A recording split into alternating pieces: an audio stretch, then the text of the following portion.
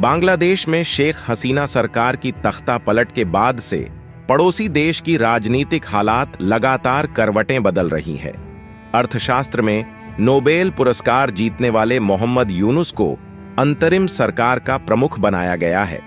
लेकिन परेशानी वाली बात यह है कि उन्होंने जब से कमान संभाली है तब से ऐसे ऐसे कदम उठा रहे हैं जिससे भारत में चिंताएं बढ़ती जा रही हैं। जहां बांग्लादेश की पाकिस्तान के साथ बढ़ती दोस्ती और पाकिस्तान से अवैध इंपोर्ट का फैसला भी लिया गया है, वहीं भारत के खिलाफ तीस्ता जल बंटवारे का मुद्दा, बिजली का बकाया और आए दिन समझौते के साथ साथ भारत विरोधी तेवर बांग्लादेश की ओर से दिखाए जा रहे हैं। और अब तो बांग्लादेश ने हद पार कर दी है और भारत की जगह अब साउथ कोरिया के पास जाकर मदद की गुहार लगाई है। लेकिन हैरानी वाली बात यह है कि इन सब मामलों के बीच अब भारत और बांग्लादेश किस वजह से साथ आ रहे हैं और बांग्लादेश ने पाकिस्तान के खिलाफ कौन सा नया फैसला लिया है,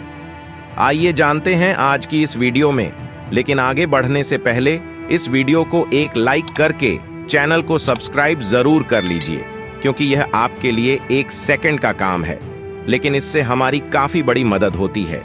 दरअसल मोहम्मद यूनुस की अगुवाई वाली बांग्लादेश की अंतरिम सरकार ने नई दिल्ली में अपने उच्चायुक्त सहित 5 दूतों को वापस बुला लिया है। साथ ही सरकार ने घरेलू प्रशासन के साथ साथ डिप्लोमेटिक सर्विसेज में भी दूसरे चरण का फेरबदल किया है। और इस फेरबदल के तहत प्रोफेसर मोहम्मद यूनुस के नेतृत्व वाली अंतरिम सरकार ने भारत, ब्रसेल्स, कैनबरा, लिस्बन और न्यूयॉर्क में संयुक्त राष्ट्र के स्थायी मिशन में बांग्लादेश के दूतों को तत्काल वापस लौटने और यहां विदेश मंत्रालय को रिपोर्ट करने को कहा है।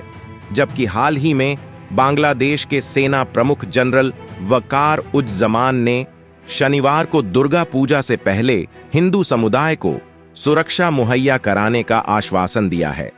लेकिन हाल ही में मिली एक खबर ने भारत को टेंशन में डाल दिया।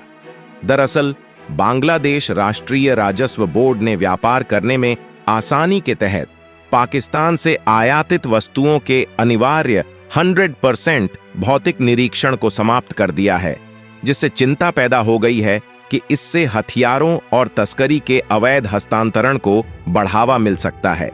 पर हैरानी वाली बात यह है कि यह मानदंड पाकिस्तान के अलावा किसी दूसरे देश से आयातित माल पर लागू नहीं होता।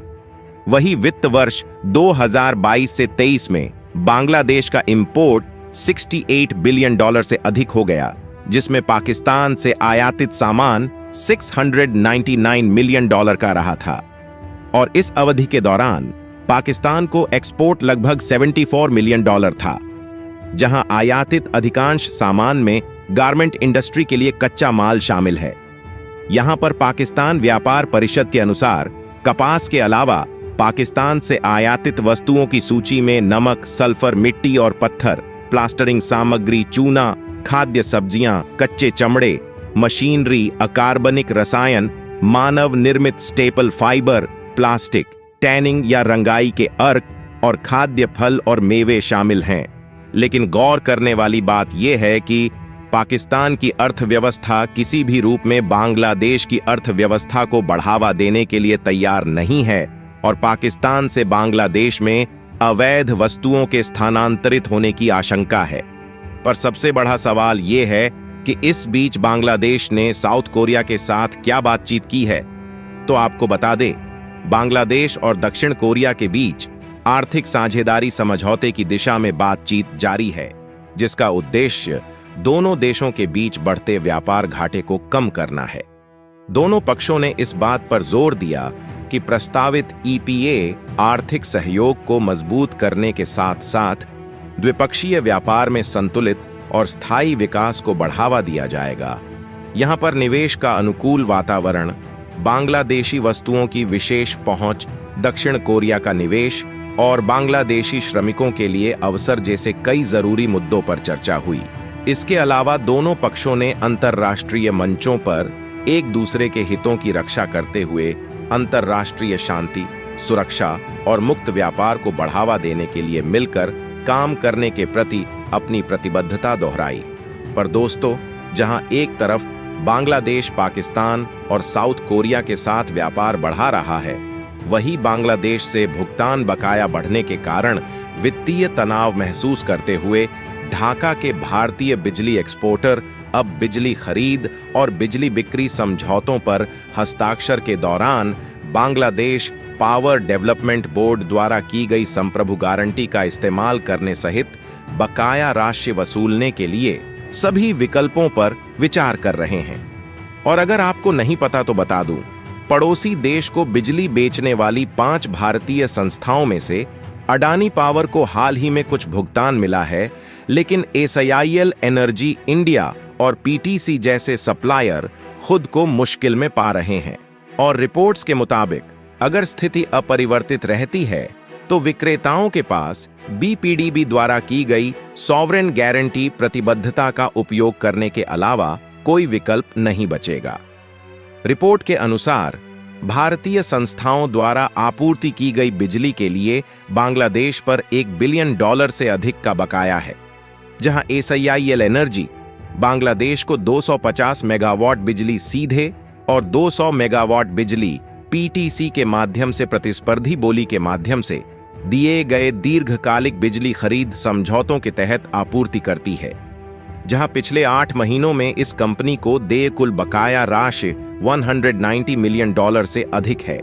इस प्रकार यह स्पष्ट है कि भारतीय बिजली सप्लायर को बांग्लादेश से अपने बकाये वसूलने में गंभीर चुनौतियों का सामना करना पड़ रहा है, जो न केवल उनके वित्तीय स्वास्थ्य को प्रभावित कर रहा है, बल्कि दोनों देशों के बीच ऊर्जा व्यापार संबंधों पर भी असर डाल सकता है। लेकिन दोस्तों, ये जानकर आपको हैरानी होगी कि भारत बांग्लादेश सीमा पर मौजूद लैंड पोर्ट पर यात्रियों की आवाजाही सामान्य दिनों की तरह ही हो रही है,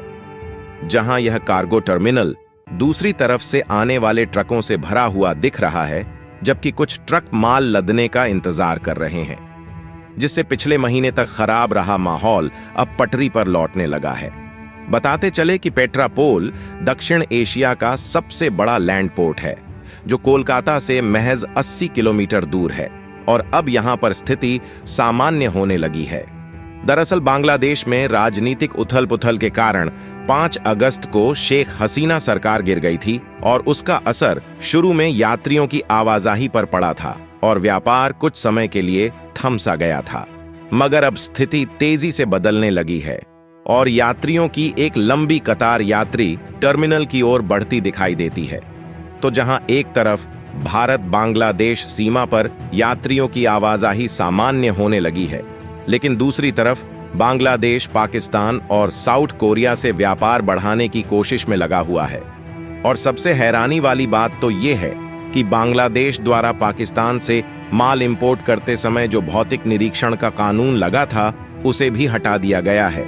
जिससे इस बात की चिंता सताने लगी है कि बांग्लादेश के इस कदम से कहीं अवैध माल की आवाजाही शुरू ना हो जाए। वैसे आपको क्या लगता है, क्या बांग्लादेश ने ये सही फैसला लिया है या फिर खुद अपने पैर में कुल्हाड़ी मार ली है? अपनी राय कमेंट बॉक्स में जरूर दे, और इसी तरह भारत से जुड़ी इंटरनेशनल खबरों के लिए चैनल को सब्सक्राइब अवश्य करें। साथ ही इस वीडियो को लाइक करके अपने खास दोस्तों के साथ शेयर करना न भूलें। जय हिंद, जय भारत।